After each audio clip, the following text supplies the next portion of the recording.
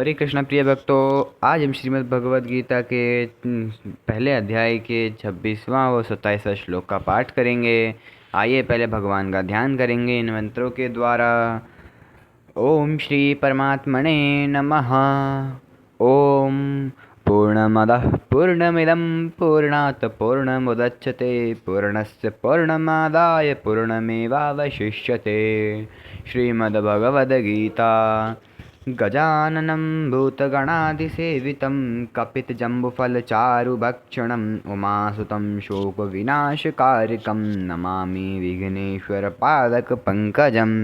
ध्यानाभ्यासवशीकृतेन मनसा तन्निर्गुणं निष्क्रियं ज्योतिः किञ्चन योगिनो यदि परं पश्यन्ति पश्यन्तु ते।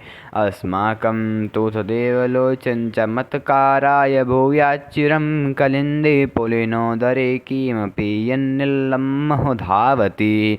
यावन्निरञ्जनमजं पुरुषं जरन्तं संचिन्तयामि निखिलजगति स्फुरन्तं तावद्बलात् स्फुरति हन्त हृदन्तरे मे गोपश्च कोऽपि शिशुरञ्जपुञ्जमञ्जुः।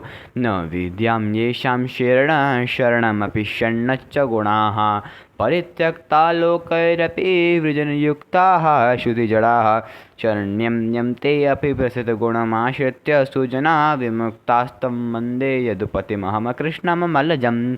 यस्य श्रीकरुणाणवस्य करुणालिशेन बालो ध्रुवः स्विष्टं प्राप्य समारधाम समगाधङ्कोऽप्यविन्दच्छ्रियं।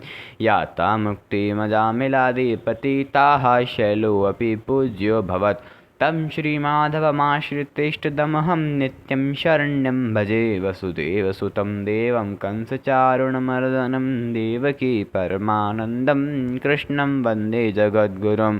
नारायणं नमस्कृत्य नरं चैव नरोत्तमं देवीं सरस्वतीं व्यासं ततो जयमुदीरयेत्। हरे कृष्ण कृष्ण कृष्ण हरे हरे, हरे राम राम राम हरे हरे।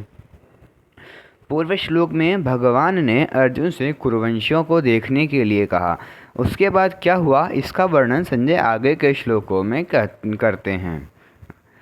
तत्र पश्यस्थितान् पार्थ पितॄनथ पितामहान् आचार्यान् मातुलान् भ्राता न पुत्रान् पौत्रान् सखींस्तथा श्वशुरान् सुहृदश्चैव सैन्योरुभयोरपि।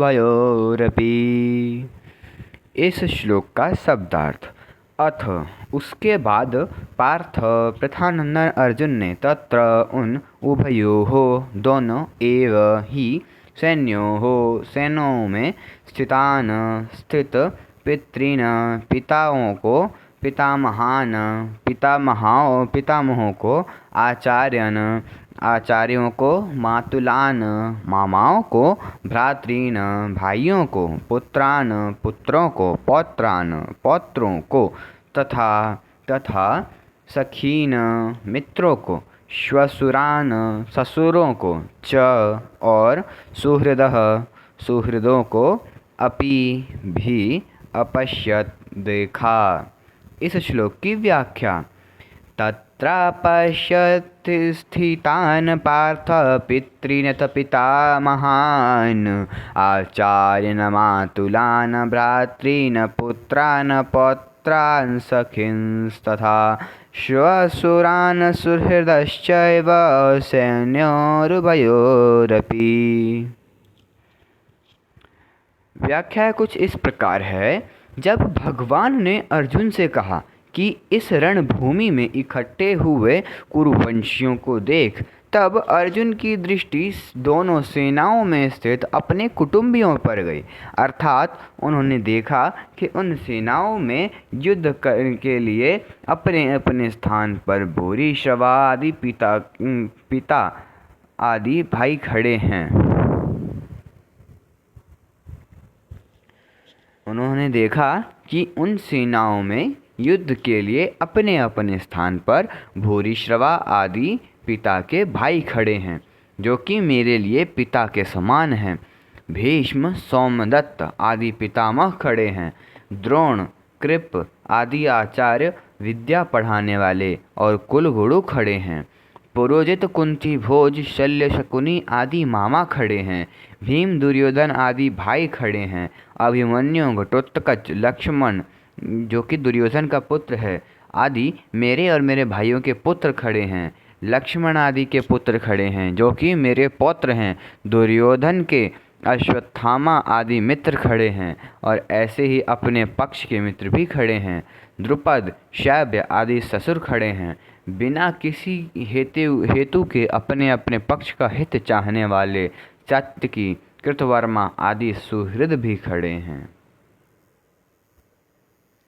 अपने सब कुटुंबियों को देखने के बाद अर्जुन ने क्या किया, इसको आगे के श्लोक में कहते हैं। 27वां श्लोक। तान् समीक्ष्य स कौन्तेयः सर्वान् बन्धूनवस्थितान् कृपया परयाविष्टो विषीदन्नेदमब्रवीत्। इसका शब्दार्थ, अवस्थितान अपनी अपनी जगह पर स्थित, तान उन, सर्वान संपूर्ण, बंधुन बांधवों को, समीक्ष देखकर, सह वे, कौन्तेय कुंती नंदन अर्जुन, परया अत्यंत, कृपया कायरता से, अविष्ट युक्त होकर, विषीदन विषाद करते हुए, इदम ऐसा, अब्रवीत बोले। व्याख्या। तान् सर्वान् बन्धूनवस्थितान् समीक्ष्य। पूर्व श्लोक के अनुसार अर्जुन जिनको देख चुके हैं उनके अतिरिक्त अर्जुन ने बालिक आदि प्रपितामह, धृष्टद्युम्न, शिखंडी, सुरथ आदि साले, जयद्रथ आदि बहनोई तथा अन्य कई संबंधियों को दोनों सेनाओं में स्थित देखा। स कौन्तेयः कृपया परयाविष्टः। इन पदों में स कौन्तेयः कहने का तात्पर्य है कि माता कुंती ने जिनको युद्ध करने के लिए संदेश भेजा था, जिन्होंने शूरवीरता में आकर मेरे साथ दो हाथ करने वाले कौन हैं, ऐसे मुख्य योद्धाओं को देखने के लिए भगवान श्री कृष्ण को दोनों सेनाओं के बीच में रथ खड़ा करने की आज्ञा दी थी, वे ही कुंती नंदन अर्जुन अत्यंत कायरता से युक्त हो जाते हैं।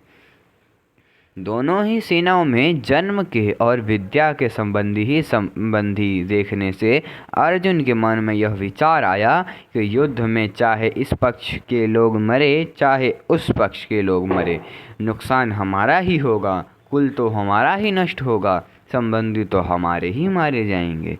ऐसा विचार आने से अर्जुन की युद्ध की इच्छा तो मिट गई और भीतर में कायरता आ गई। इस कायरता को भगवान आगे कश्मलम तथा हृदय दौर्बल्यम कहा है और अर्जुन ने कार्पण्य दोषोपहत स्वभावः कहकर इसको स्वीकार भी किया है। अर्जुन कायरता से आविष्ट हुए हैं, कृपयाविष्ट। इससे सिद्ध होता है कि यह कायरता पहले नहीं थी, प्रत्युत अभी आई है, अतः यह आगंतुक दोष है। आगंतुक दोष होने से यह ठहरेगी नहीं, परंतु शूरवीरता में अर्जुन में स्वाभाविकता है, अतः वह तो रहेगी ही।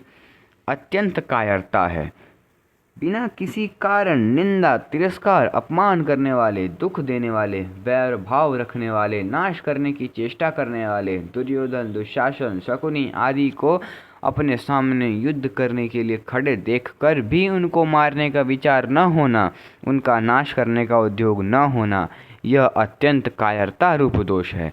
यहाँ अर्जुन को कायरता रूप दोष ने ऐसा घेर लिया है कि जो अर्जुन आदि का अनिष्ट कर चाहने वाले और समय समय पर अनिष्ट करने का उद्योग करने वाले हैं, उन अधर्मियों पापियों पर भी अर्जुन को करुणा आ रही है और वे क्षत्रिय के कर्तव्य रूप अपने धर्म से च्युत हो रहे हैं। विषीदन्नेदमब्रवीत। युद्ध के परिणाम में कुटुंब की कुल के देश की क्या दशा होगी, इसको लेकर अर्जुन बहुत दुखी हो रहे हैं। और उस अवस्था में वे ये वचन बोलते हैं जिसका वर्णन आगे के श्लोकों में किया गया है।